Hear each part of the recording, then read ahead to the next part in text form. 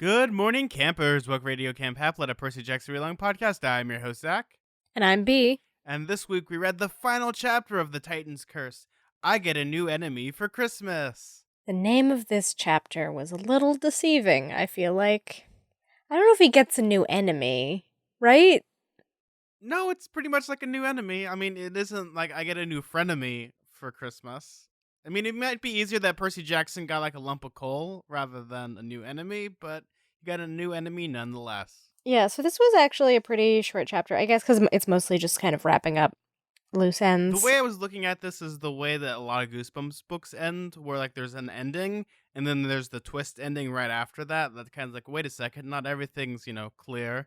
You think everything's sort of resolved, but then dun dun dun, something else. Well, I mean, a lot of stuff hasn't been resolved actually, and Well, even there's like some finality to at least this book. Like everything's wrapped up for this season, because then we get to the next season. Like I'm talking like this is a TV show, but the way these books are kind of written is almost like a season, because you have the ending stinger with Nico, you have the ending stinger with Pan, you have all these things. It's like, well, you fade to black, and then next week you'll see the new season or whenever it's out.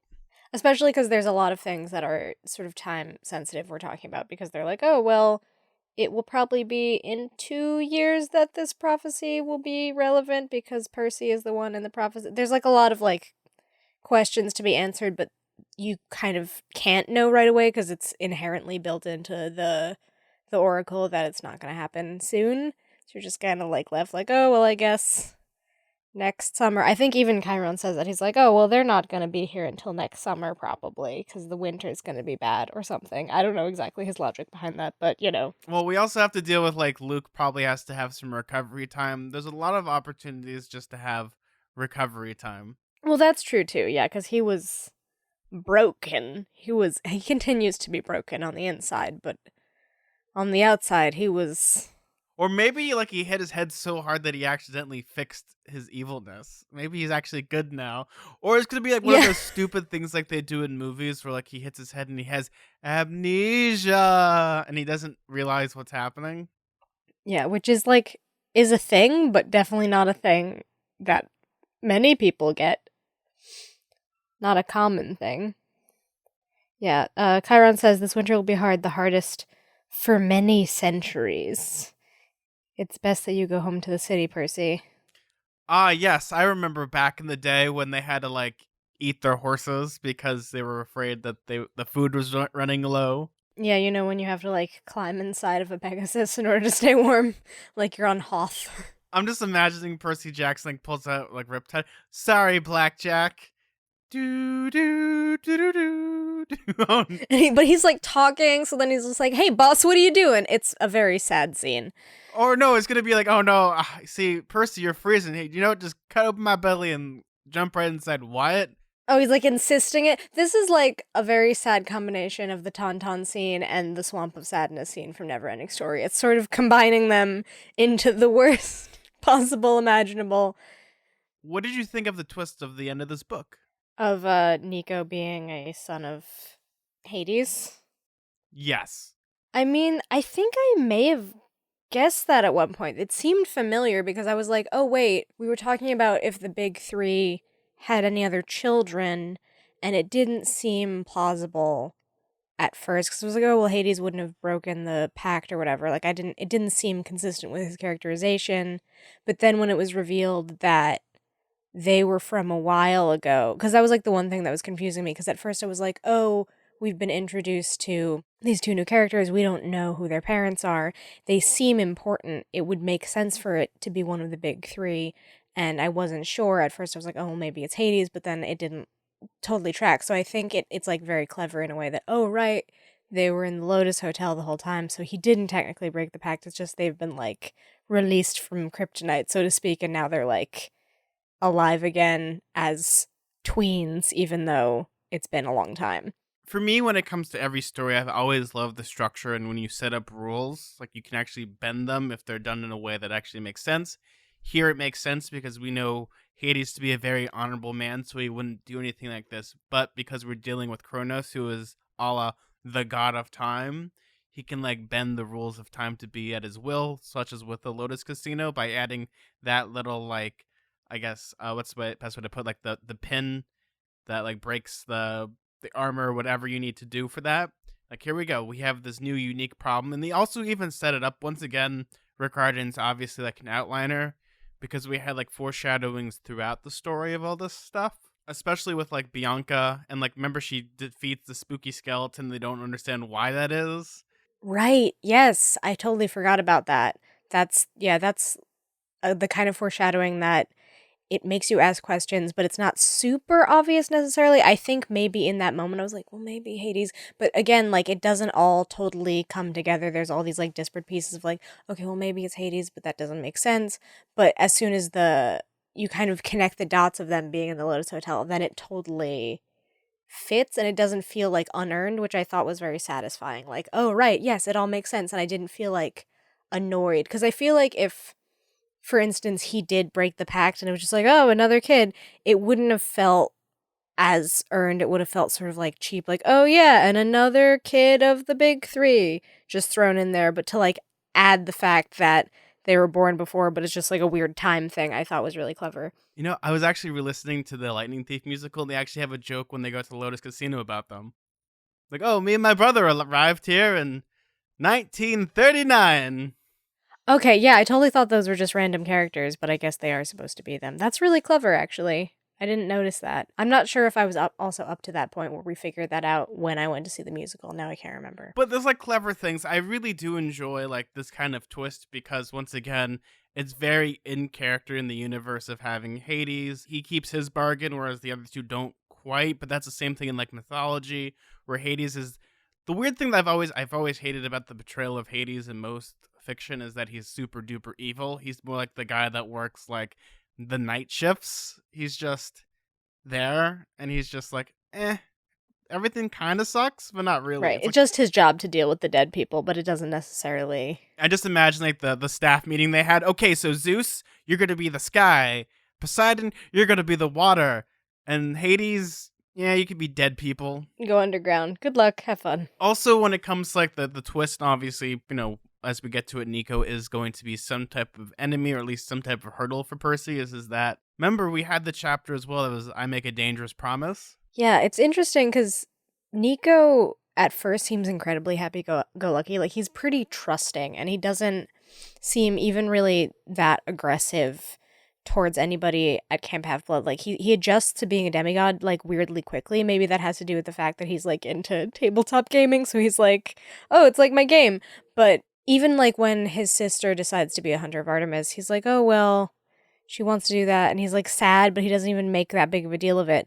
So it's a very quick change in his personality when he finds out that something happened to her. I feel a little, I don't know, annoyed how quickly he seemed to turn on Percy because it's like such an unreasonable thing to expect him to like singularly protect, even though he like does make that promise, right? But that's sort of, I don't know, even if I ask someone to make that promise, like that means nothing. So yes, it doesn't make that much sense, but you have to think of it in this context. This is how like when I play in D&D, there's this thing about metagaming. We've gone through the whole adventure as Percy and the friends, but we didn't go on the adventure with Nico, which, he's expecting it to be like a fairy book ending where Bianca comes home and Percy saves the day, but also, you can't really corroborate the story really well because one of the people that went on the quest died. One of them became a Hunter of Artemis. There was Percy, and then there's Grover, who's Percy's best friend. So basically, in Nico's mind,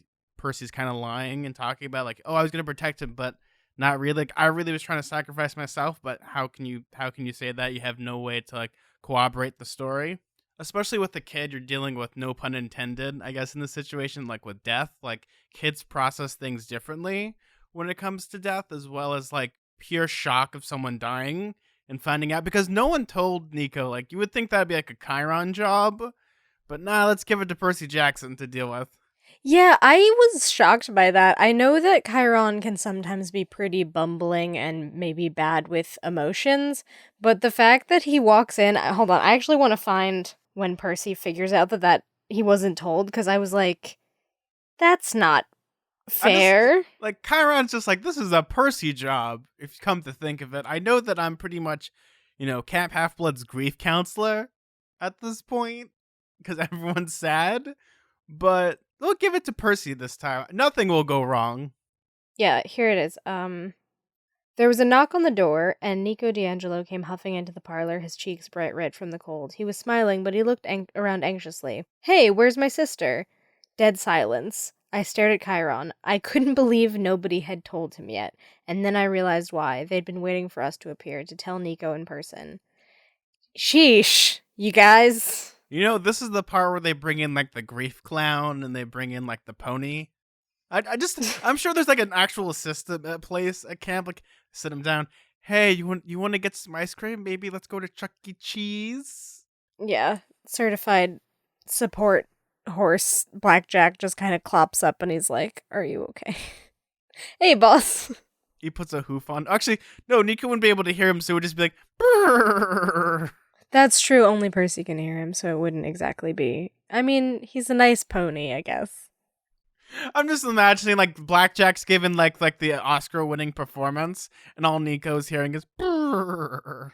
Yeah. And Percy's just crying because he's just hearing like because he's having a beautiful speech about life and death. Yeah. See, this is the problem that I have with this reason. Like, you could prevent so many things by just explaining things more properly. I understand, like, okay, Percy's gonna take him on a walk, but like, even like logistically, you would think that Nico would cry or do something other than, oh, I hate you. I hate you. Like, it's like the prequels of Star Wars. It makes no sense. Does he gain an enemy, though? Like, it doesn't feel like... Well, B, does he gain an enemy? I want to say probably, because we have this problem now of, Nico could go to like Luke's side now. This is all the motivation he needs, right? Because there's no way. This is why I get mad about the whole Bianca thing. This is kind of poor writing on the part of there's no character arc for Bianca. She goes up and then dies, and then she dies. Now we have the Nico character arc of, I guess it's kind of like the idea of like the reconciliation he's trying to have with his sister dying.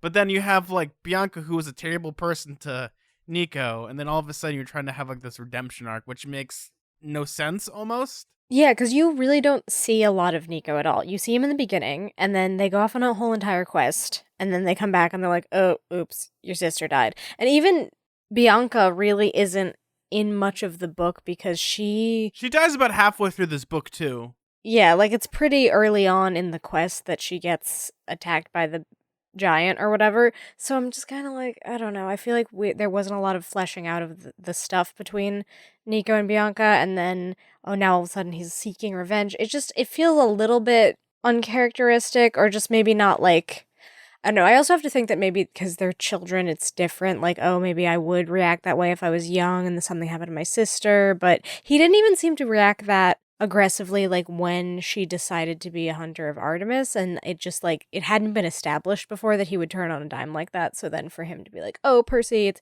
solely you who's responsible for my sister's death, and now I'm gonna be evil, is like kind of unreasonable. So before we get messages about this, I feel like people handle grief in much different ways than just crying or being angry. Like, some people will change on a dime. People will do things that are very erratic. Like, sometimes people will process grief by laughing or just like shutting off and forgetting things. Like, the mind's actually really interesting. It's like built to like withstand trauma in a way where you'll just either forget it or you just don't want to deal with it, so you just like walk away.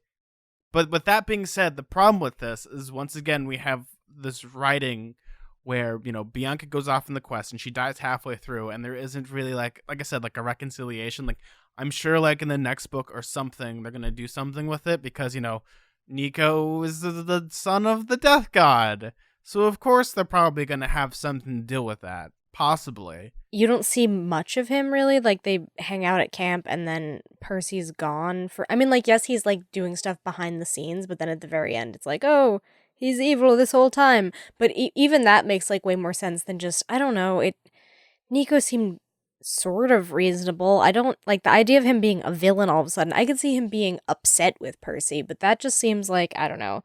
I understand what like Rick Riordan's trying to do. He's trying to throw like a monkey wrench into the plot line of having, we're going to have all three of the big three to be in the story. and we have like either the red herring or we actually have the true villain, the person that might make the choice.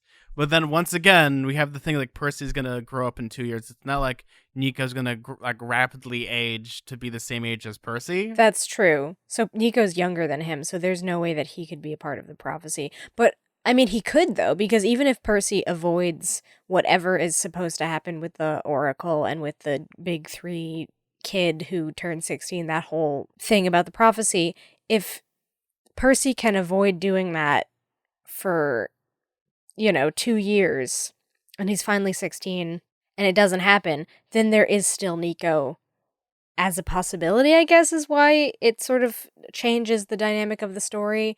I don't know. I mean, I don't fault the story for that, for bringing in another character of the big three. I mean, that's not lazy because they set it up in a way where it makes sense rather than just having, and Hades broke his promise, and he starts doing like an evil maniacal laugh. Here it's set up in a tasteful way. Right, yeah, if Hades broke his promise, that would really bother me, so I'm glad it's done a different way. But I guess it makes sense that they have to make Nico seem like somewhat of a threat to what the prophecy is going to, like, lead to. Because otherwise, I mean, Bianca, regardless of if she's actually dead, or if there's, I don't know. Well, he says that he sees her in the underworld because he has, like, underworld powers for obvious reasons. So she is there, but I'm just, like, not convinced that that's the last we'll see of that character necessarily. But regardless, she said that she would be a hunter of Artemis, so she's not going to age either, much like Talia. So it's, like, a similar situation where neither of them can turn 16, so they're, like, excluded from the prophecy entirely. No, she is aging. She's aging into a spooky skeleton. Yeah, she's aging like a rotting hunk of cheese. Oh man, that's bad. That's such a bad joke. Yeah. Yeah, she's But again, we have the afterlife where, we can always bring Bianca back as a spooky ghost. Or maybe because, a kid of Hades, they die, but then they become like Superman almost. Where it's like they're going to be there and they're going to have superpowers no matter what happens to them. But that's like a long stretch. I don't know what other motivation he would have, though, to betray Percy or to, like, join Luke's cause, so I guess they have to be like, oh, well, his sister died, so that's the reason he's upset. So now he's evil.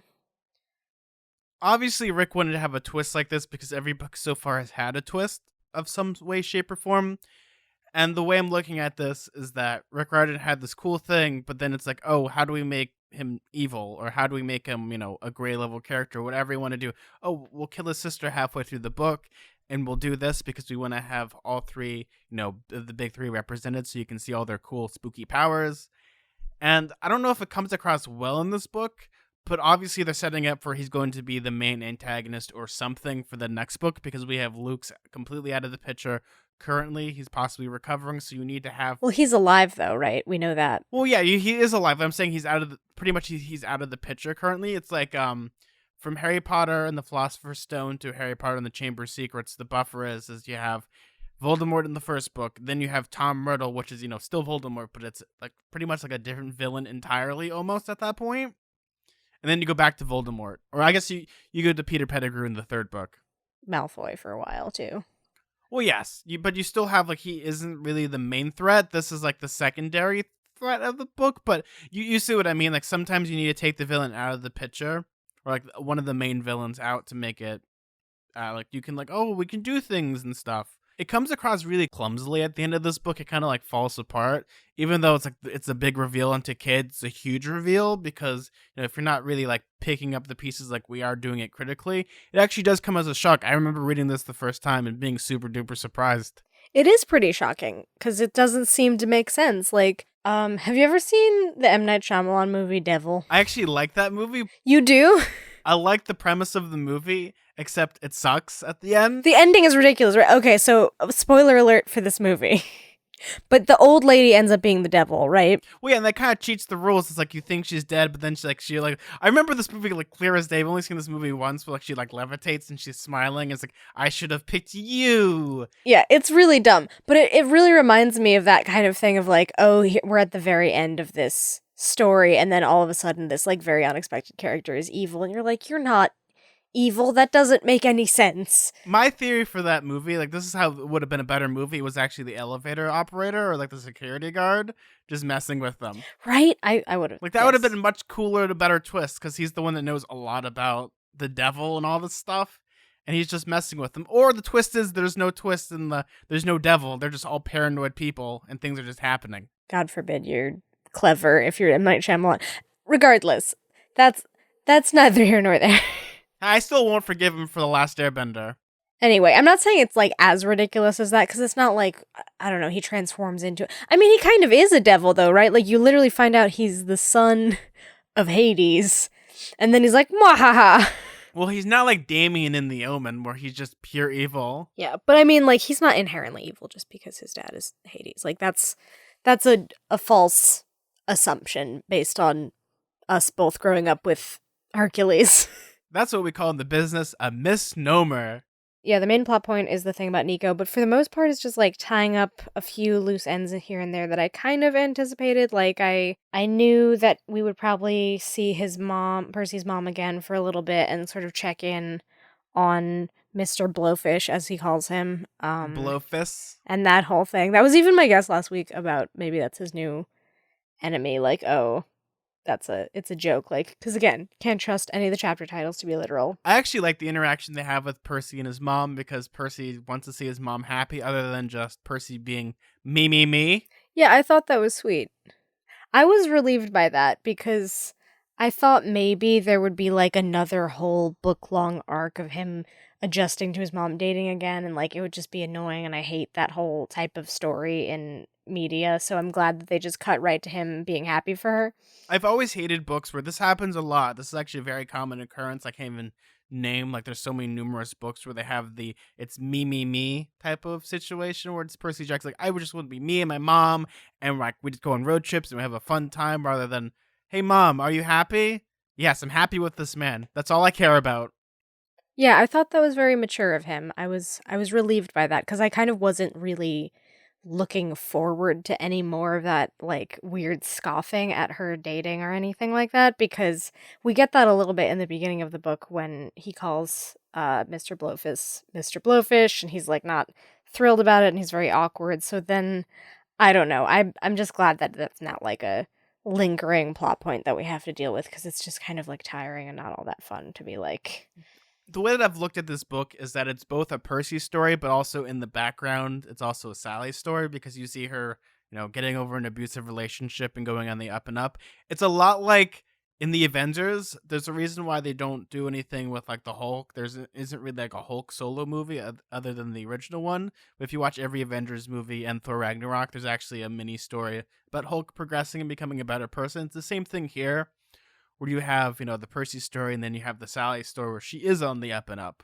And I really enjoy that about this book is that it's not just, Percy Jackson has a unique thing of basically Percy's mom is still alive and is not a terrible human being. Yep. It's pretty lucky with that. Harry Potter, dead family. Series of Unfortunate Events, dead family. Spiderwick Chronicles, I think they're divorced. Holes, everyone's like inept because, Stanley Illness is pretty much on a camp. His family's still alive. Well, yeah, they're also nice people too, but like what I'm trying to say is like most stories with kids, you have to have the parents completely out of the picture. The kid can't go on the adventure. In some way or another, yeah. Whereas in this story, the mom's completely supportive of the adventure from the beginning almost. I always think about in the musical, the song that Percy's mom sings and how like that's so rare in a kid's book in some ways, like to have like a really strong parental figure that's supportive, that's there, that's aware of what the kid is doing and like knows that it's dangerous, but is still like go out and do this thing. Because I think that the reason that you see that a lot in kids' books, and I mean people admit it all the time, is that it's just easier to like write a kid doing like death-defying things like sword fighting and fighting off monsters and doing all these dangerous things that children shouldn't be doing if their parent like is in some way incapacitated or doesn't care or is dead or like there has to be something. Now I'm just thinking about like Sally Jackson like taking the laundry, going outside and singing "Cheer Up, Percy." Yeah. Like she's just like uniquely supportive and I find that just really nice that and she gets to like have her own arc in a way that's like not, I don't know, inherently depressing. Like she doesn't stay with Abe forever Or Gabe, not Abe, sorry. So her arc is more grounded in reality because like a person that's gotten out of a relationship may or may not want to like date people again, because look at what happens. She sells Gabe's corpse and then she starts to go to college and she wants to write a book because when she was a teenager, she didn't have anything because her parents died. So that could have been her own YA adventure story about her coming up and meeting. Actually, that's more like a Nicholas Sparks book. But you have like this grounded reality of it's like she has her own needs and wants, and she loves Percy, but she also kind of like wants to be like a real person almost. Of like I kind of like have my own things like love and wants, and I like that about how Rick Riordan writes his books, especially his parents, is that they're not just like evil for the sake of being evil, like the evil stepmothers. Right, yeah. Or like I think even supportive parents sometimes in kids' books are maybe in a pandering sort of way portrayed as like a barrier to the important thing the kid has to do because they just don't understand because they're too worried or whatever. Like Sally worries about Percy, but she's still like, "Okay, you did it. I knew you could do it. I'm so proud of you." Like she's not stopping him from doing all these dangerous things. There's also the thing about like in books I call it the ego boost, where there's also the parents like kind of like play up the kids. It's like, wow, you're so smart, you're the only one that can do the job, like things that's just like it's kind of like reinforcing like that your character's awesome by having like the hype man or the hype woman or the hype whatever you want to call it. Yeah, I know what you mean. I think Sally's like a pretty realistic portrayal of a parent actually, because she's not perfect, but she's not like storybook evil or dead. Well, no, she's not even evil at all. She's more like a tragedy in the sake of like it's like Gone Girl almost. I can't believe I'm making this assumption of Gone Girl. Gone Girl. It is. It's like, oh, she has like this terrible man and she like leaves and oh man. She doesn't leave so much as she turns Gabe into a statue, but you know, it's a similar. Yeah, it's Gone Girl. She's freed in some ways. I kind of get what you're saying. It's a little bit different. She does commit a murder. Well, yes. Except the great thing about Percy Jackson is that she didn't have to put down garbage bags first. Yeah, she could just sell him as a lawn ornament. Anyway, I think we've talked enough about Percy's mom. He just kind of checks in with everybody actually. Like he calls Tyson for a minute. Yeah, that's how the chapter opens up. I like how Tyson gets like time off because he's doing such a great job making weapons. I know, I'm so proud of him. It's so cute. He gets a gold star, but my favorite thing about it is that Percy is the kind of like almost pessimistic, where he's thinking about the shield, and Tyson's obviously the happy-go-lucky optimist. Like, it broke, that means it worked. I'm like, oh yeah, of course, that's what a shield's supposed to do. Like, yeah, that's the whole point of a shield, is to block things from killing you and getting to the squishy bits. Yeah, and then Percy goes, "They'll let you take time off," and he goes, "Yes, I have made 2,741 magic swords," Tyson said proudly, showing me the newest blade. "The boss says, good work. He will let me take the whole summer off. I will visit camp." Oh, Tyson's so precious. Good thing that Tyson made a bunch of iron daggers, like in Skyrim, and got his blacksmithing up. Yeah, he's a real expert at that. I'm just like very satisfied that Tyson has sort of found a place where he feels like he's thriving. And he's coming back in the summertime. Yeah, the whole Sea of Monsters plot of him just being like treated like a second-class citizen and everyone being sort of mean and judgmental toward him was like really rough to see. So I'm like happy that he gets sort of in general, I feel like Percy's family's doing pretty okay. Like his half brother or whatever he is and his mom are both like, all right, they're doing all right. It's sort of something he doesn't have to worry about while he's also worrying about literally the fate of the entire world, basically. See, that's the great thing I love about character arcs in books is, we have this where everything's on the rise, and then we get to the next couple books, and maybe things might get darker, maybe things might get much better for Percy, but at least for right now, everyone's coming out all on top, which I really like, and especially, Tyson's going to be coming back in the summer. Maybe he might be making an appearance in the next book. Maybe he might be helping them. Like, there's great little things that they're putting into the seeds of the story. And he gets the whole summer off, which is super shocking in my opinion. Like, well, I don't know how time off works when you're working in monstrous forges underneath the ocean. See, in my head, because I'm an adult, I'm thinking about like how much vacation pay does he get? I'm like thinking about like if he's getting paid or not. Like, wow, that's really good. Is he putting in his sick time plus vacation plus a leave of absence? I don't know what it is, but let's break that system when we get there. Yeah, I'm glad we're seeing more of him. I do think just like plotting wise, it made sense for him to not be in this book because there was already a lot of new characters that we had to deal with, and I think it would have maybe been bogged down if there were too many characters at once. But I'm glad that they sort of write a little bit at the end that indicates that he is probably coming back in the next book and we get to see more of him because he's a sweet character and I like him, and they had like a nice arc where they sort of reconcile being brothers, and I thought that was sweet in Sea of Monsters. So That is the beautiful thing about Sea of Monsters is I love the relationship between Tyson and Percy. And it does grow upon this book because even Percy kind of misses him because he misses, they almost like the quirks of Tyson. Like even in this book, they talks about how much he kind of misses him in that respect, and how if you put him in this journey, I think it might have almost broken it because we know that he's super strong and can survive fire, so he would have been able to pretty much hold out against like the gigantic robotic thing in the junkyard. Though obviously in the other book he was kind of the comedic foil almost of like he was the reason why they were getting into these wacky situations. But I like how he's matured and he's become his own person. Also, he's gained the respect of everyone down under the sea. he has. I was so tempted to sing Under the Sea when you'd said that, but I won't.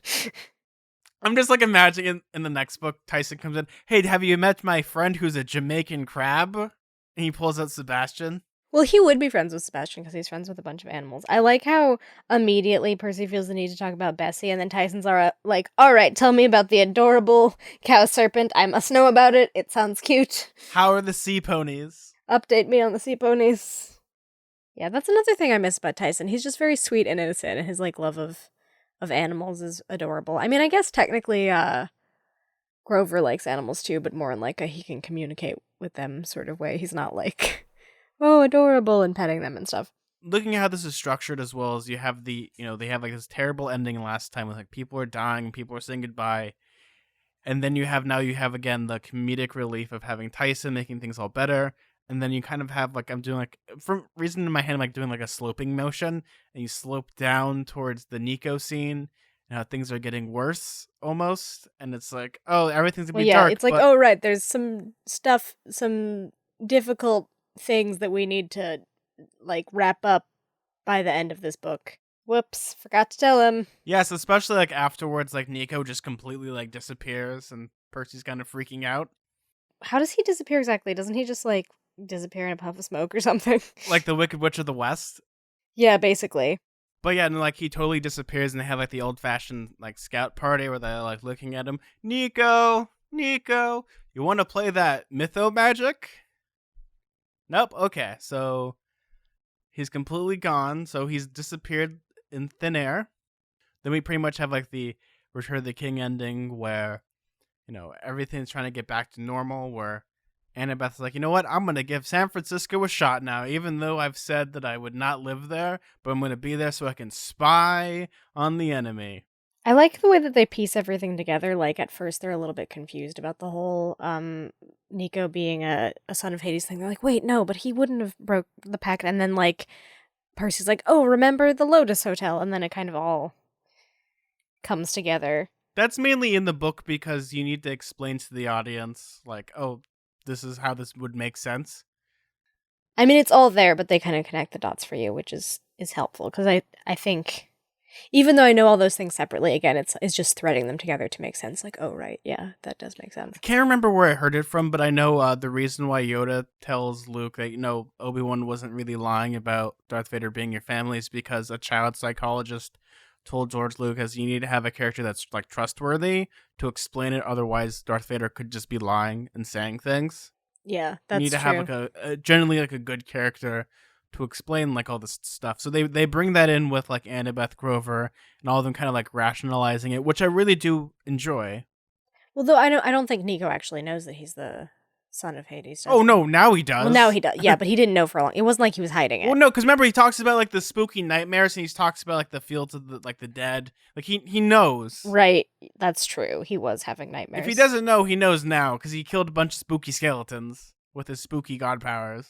And here we're kind of like dealing now with this term. I know it's in anime a lot, but it's like power leveling, where you have characters that are stronger, so then you have to make the main character even more stronger like to compensate. So now we have Nico, who's really like he can like make earthquakes and do all this stuff. What's Percy Jackson gonna do?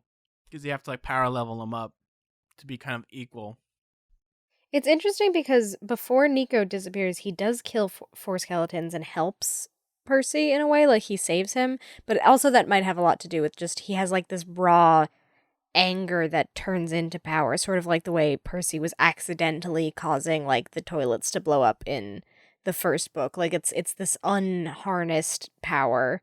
I'm sure it's also tied to emotions as well. Like look at Harry Potter. In the first book, he starts doing magic because of his emotions.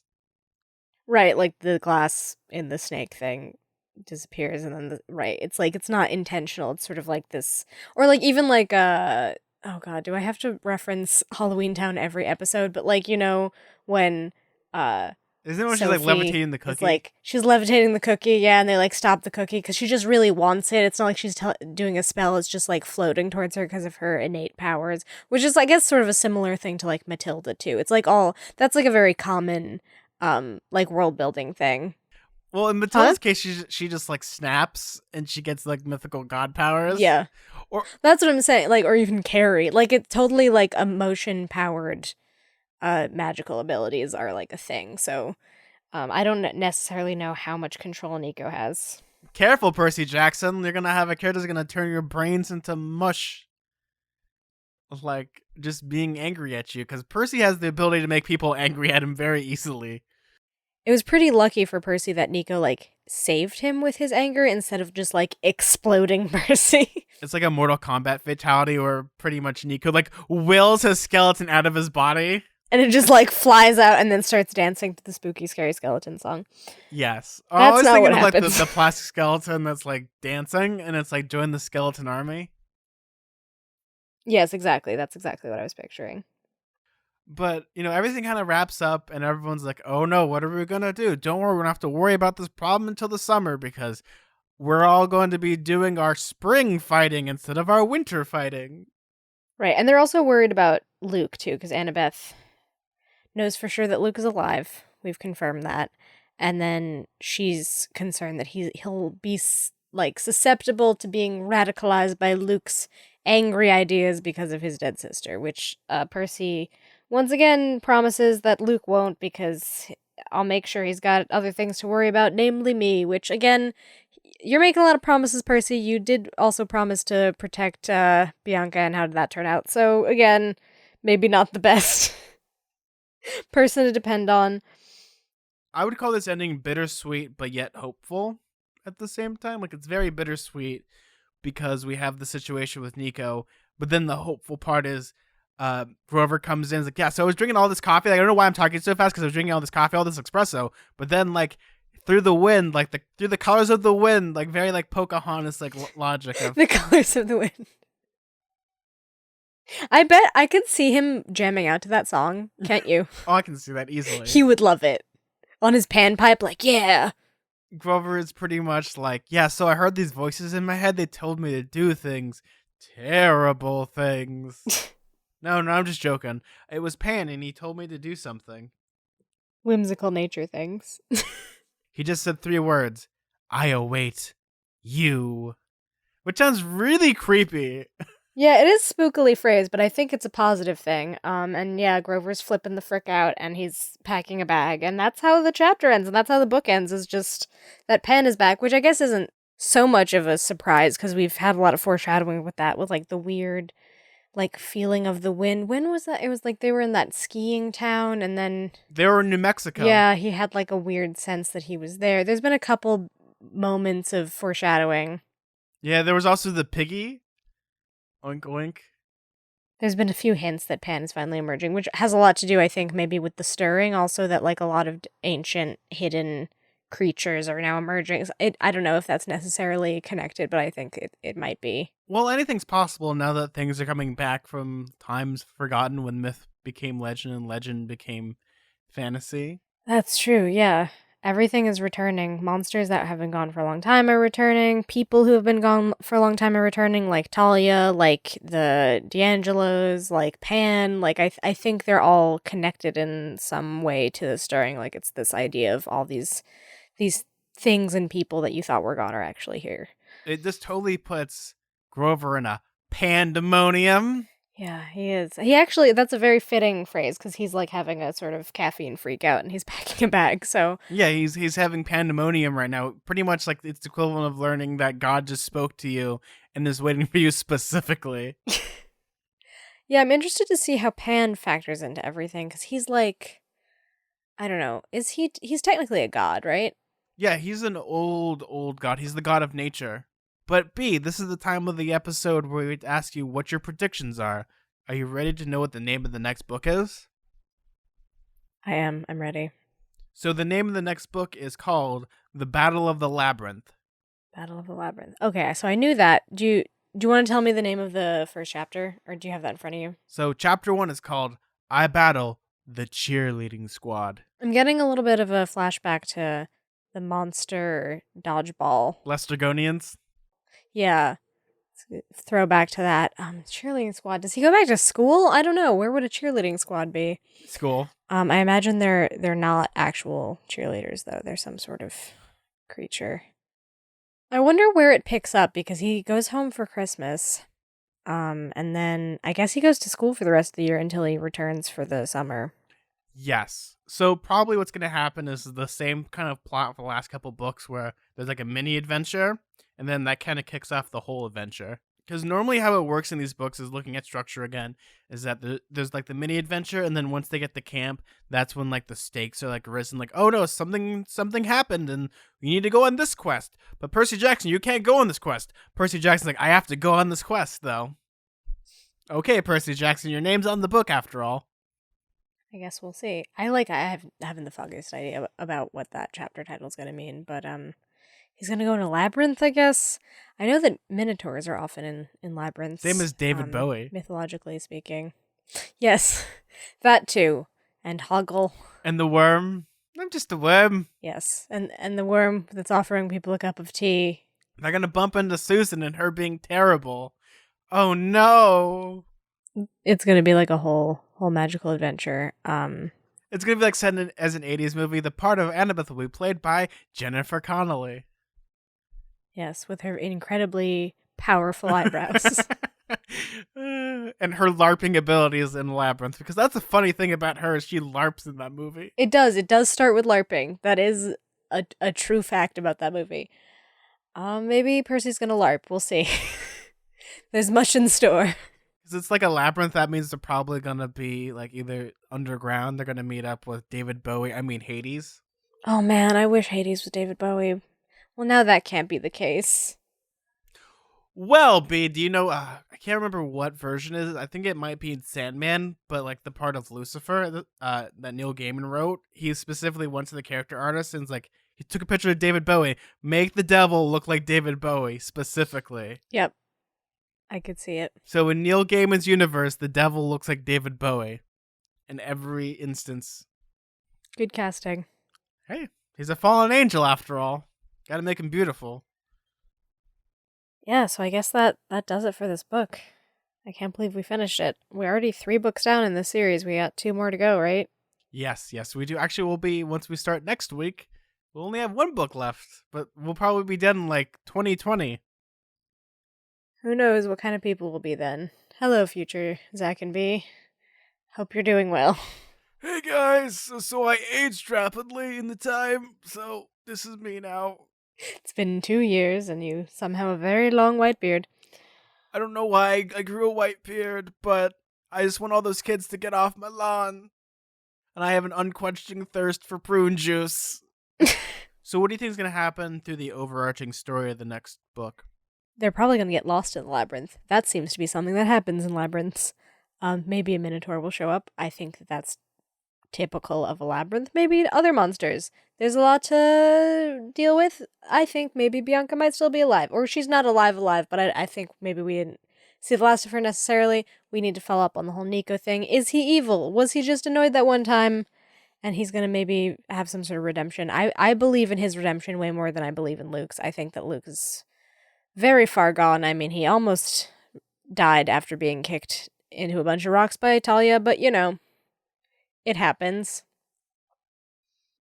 Still, Kronos is maybe gonna finally emerge out of his sarcophagus of extremely slow respawn. You would think that you'd probably want to figure out a way to like speed up that process as quick as possible. Yeah, it seems like they're taking a while, but I guess he was in the pits of Tartarus for a while. At least Atlas is taken care of for the most part. He's stuck under there. Still a lot to deal with though, and I guess a labyrinth has something to do with it. That's my best guess. I don't really know much else as far as plot. I can't really guess. Well, we'll find out next week. Same Half-Blood time, same Half-Blood channel. Doo! Yeah, we need like some old-timey organ to play right there.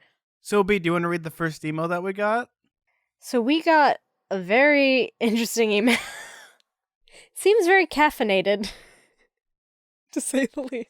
Oh, I'm looking forward to this one, so go ahead, B. I do. I do want to read this email that comes from a very enthusiastic person who isn't entirely clear how to spell our names. So, here we go. And this asterisk is the body. Okay, now you know how an email is formatted, so I can start. Hi, Zack, parentheses, CK, comma, C, comma, K, comma, CC, and B, comma, EA, comma, EE, comma, E. My name is Alex. Not my actual name, but I would like to stay anonymous, so this is a fake name. And I'm not saying so I don't seem immature. Okay, so you're wahaha years old. Alright. And a son of Aphrodite. I don't really know what I wanted to say in this email and why I even wanted to write it, so if this gets long, rambly, and random or confusing, I apologize profusely. Anyway, I've listened to the show from episode 1, not episode 0, sadly. But I was this prayer hands emoji close. I love your podcast so much and listen to several episodes a day. In fact, I recently had to start over, and I'm now back in episode 10, because that's how much I love it. Sometimes I listen to it with my mom, and she enjoys a lot of your references. I did some math and figured out that you'll finish the first series around March/April 2020. After that, the Heroes of Olympus series will take you 5 whole years to finish. All I can say is that I desperately hope that you'll be sticking around that long. B. Oof, spelling is hard. I can't wait for you to read The House of Hades. Zack, it is because of the scene with Cupid. It's one of my favorites because it leads to the greatest ship that ever sailed, Solangelo. So, one of the D'Angelos, I imagine. So, there's like a few odd questions in here, but I'm just gonna skip to what's your favorite chapter out of the whole series so far, B? What's your Zack? And to round off my email, here's some fan art, not mine, memes, and a picture of me. Sorry, I needed 13 memes because it's unlucky and I didn't have anything else to talk about, but hopefully you enjoy them. Favorite chapter is an interesting question. Ooh, that's kind of hard for me. I mean, I don't know, like, the number for sure, or, like, even the name of it, but I could maybe think of... You can at least describe what the situation was so far. Yeah, I mean, I really like I like when Percy and Tyson reconcile. That's nice. I find that really sweet. Like, when they, when he, like, calls him his brother for the first time, like, towards the ending of Titan's Curse. I don't know which chapter that is, but that's, like, a good chapter. I'm really a sucker for all of like the sweet sort of sentimental chapters where he's like, nice to his friends and stuff. So it's probably one of those. Anyway, what is your favorite chapter, Zach? Ooh, that's kind of hard because I'm thinking it's a toss up between 2 chapters. The first one is I always forget the name of the chapter. Like we visit the evil Gnome Emporium where they fight Medusa. Like I really like that chapter. It's a lot of fun. Just because the way it's set up and it's paid off, and especially like just how Percy Jackson has to kind of figure out how to defeat Medusa without looking at her is really cool. For me, I like more like the actiony stuff, but I do like the sentimental stuff. That's why I really do enjoy the Hoover Dam episode that we had.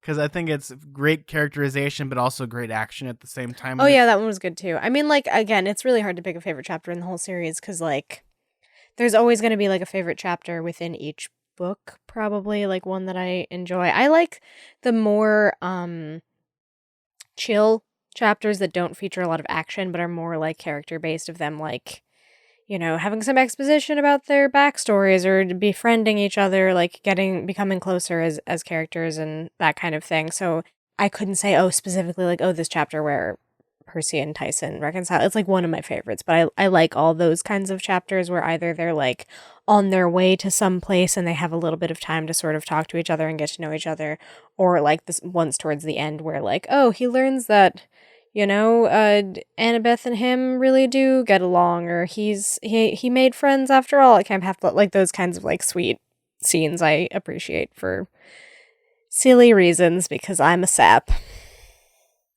For me, I always enjoy like well-rounded chapters where there's some action but mostly talking. That's why I really enjoy chapters.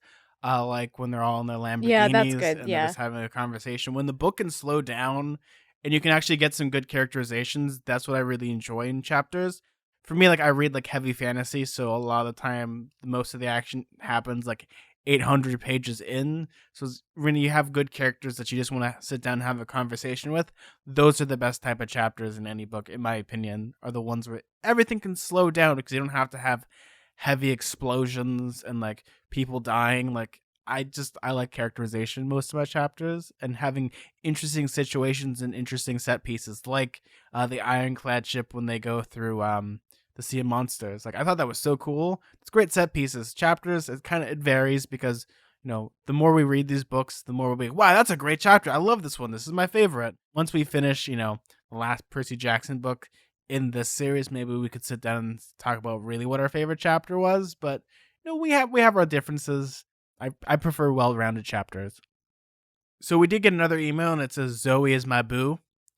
It's from Emily. Hey Zack and B, your friend Emily here with a decently long message. Gotta say, I love this podcast, and the shock factor at the end of Titan's Curse always gets me, especially Zoe's death and Artemis's reaction. It's the first real death of the series, and even as a little kid, it's probably the only one that hits me the hardest in the series, most likely because I'm related a lot to Zoe. Not that I'm 1,000 years old or anything, but that I have a lot of sisters, and was the one that never really fit in. I'm a tomboy of the family, which always brings its trials and tribulations, not to mention it leaves you paternally misunderstood amongst your sisters.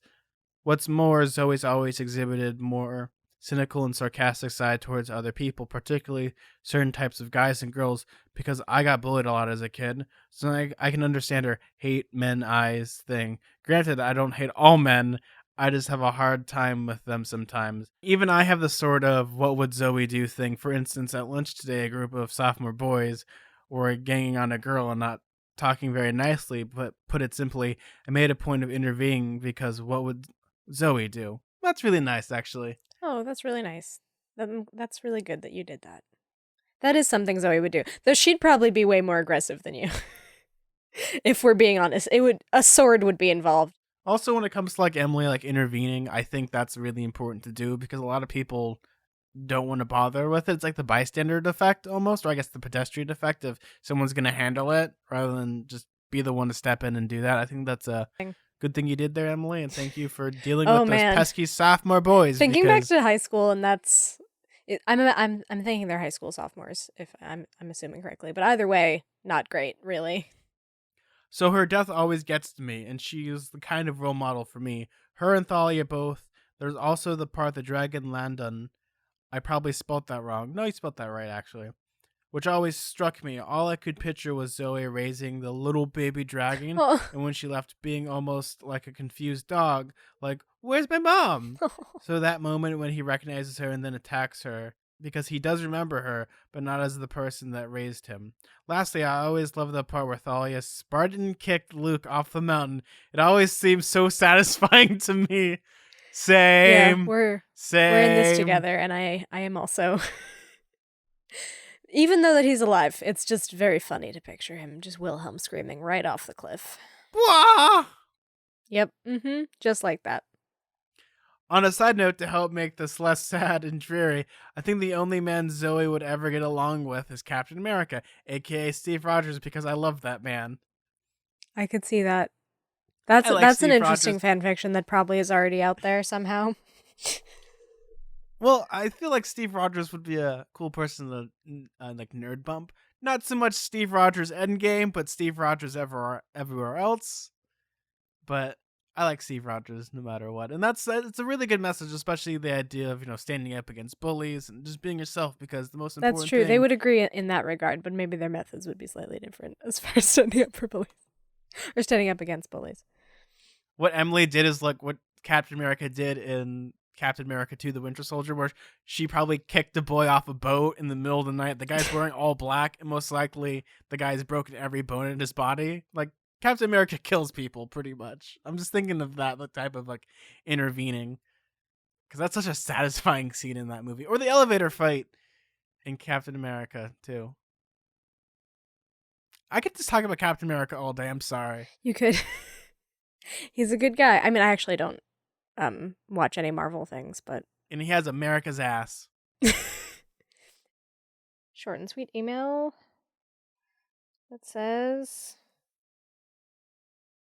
Hi, I love the series. I wish I was able to come see you guys. That's very nice. Unfortunately, we don't have any live show plans as of yet, but maybe one day. That would be cool. I'd like to do a live show, maybe on top of the Empire State Building, if we ever make millions of dollars. Yeah, I don't know if that is something we would ever be able to afford, but maybe in New York. What are you talking about, B? We'll do it live from Mount Olympus. It's Saturday nights. And all of a sudden security appears and they were like balanced at the top of the Empire State Building and they're like, please evacuate the premises. But we're two podcasters with a dream. I have a podcast about being a security guard. Do you want to come on my show? Only if you let us finish our show. I loved when we went to the city and you were like, wow, the Empire State Building. And I was like, that's the Chrysler Building. I was like, there it is. It's right next to it. Like, yes, okay, got it. It's almost like a comedy shot. I remember seeing you all the time. That's the Chrysler Building. Oh, turn around. That's the Empire State Building. Beautiful. Just beautiful. I don't know why I'm going more into Grunkle Stan, but I'm not trying to do that intentionally. Yeah, you're just sort of slipping into a Grunkle Stan. Did we get any other emails? No, we didn't. We also didn't get any iTunes reviews because, we read them all last week. That's true. We got a whole bunch last week. So thank you for that, you guys. That kind of like wraps up the show for this week. Next week, we're going to be starting Chapter 1 of The Battle of the Labyrinth. So read it, and we're going to all have a fun time talking about it. Yep, do your assigned reading. Yes. For next week. And I want your 800-page report about the first chapter on my desk on Monday. That sums up our podcast as an 800-page report on one chapter. It's called the Hermione Granger effect, almost. Yep. Because you know about the story about like when they first casted all the actors, Ron, Harry, and Hermione. Pretty much they asked them to do like write up an essay about what you think your character is.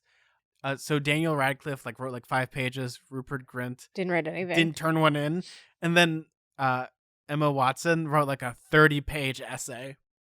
And that sums him up. Yeah, it sums him up. Something like that. Please don't write an essay about us. I think that would be a really unique thing to talk about. But I'm like, please don't put in the work. So B, where can they find you? You can find me on Twitter and Instagram at bkellygorman, and you can find me on Tumblr at twinpoetry.tumblr.com. If you want to find me, you can find me on Twitter at Suda41. That's SUDA41. If you want to follow our show on Twitter, that's at halfblood_radio. If you want to email the show and send us any messages, you can email us at radiocamphalfblood@gmail.com. We also have t-shirts available at TeePublic, so just type it in and you'll be able to find our shirts. They're always on sale for some weird reason, so you can pick them up for really cheap. We also have a Patreon/RadioCampHalfBlood. We also have a Patreon/RadioCampHalfBlood, where we just added our first new review in a while, Ready Player One by Ernest Cline. Zach assigned that to me. and you can hear, finally, my grand Gilmore Girls theory. Yes, and then you can talk about me nerding out about a trashy book that's really trash that I love. You're gonna suffer, but you'll be happy about it? Yes, pretty much. That's my life in a nutshell, actually. That's actually my motto. I got that stamped onto cards. But we're going to be adding new things. I'm actually working on a review for the Goosebumps movie from 2015. So we're going to be having some more bonus content soon. I feel like we've been not neglecting it, but we're just trying to find time, and now we're gonna try making time for our Patreons because you guys do put in some money for the show that helps us greatly because it keeps the lights on and helps host the podcast, which is actually really expensive. But we really appreciate that all you guys do and all you guys support us. So we want to give back any way that we can, and we're doing little small things to help you guys out. Other than that, thank you guys so much for listening to another wonderful episode of Radio Camp Half Blood. If you haven't subscribed to our show, please subscribe on iTunes or any of the other podcatchers. I would really appreciate that. Any advice for the kids back home, B? Don't turn into a villain, even if your sister dies on a quest. Just, give it a second. It's mainly angst. You're probably fine. Take a few seconds to breathe. I guess my advice is if you're in the frozen tundra and you can talk to your horse, maybe or may or not suggest, opening it up like a tauntaun. That might be like a really sad buddy cop movie at the end. Yeah, don't do that. Especially if you could talk to the horse. I just feel like you survive the night, you're just traumatized the next day. Well, B, on a not dreary note, I'm Zach. I'm B. And keep staying mortal. Bye.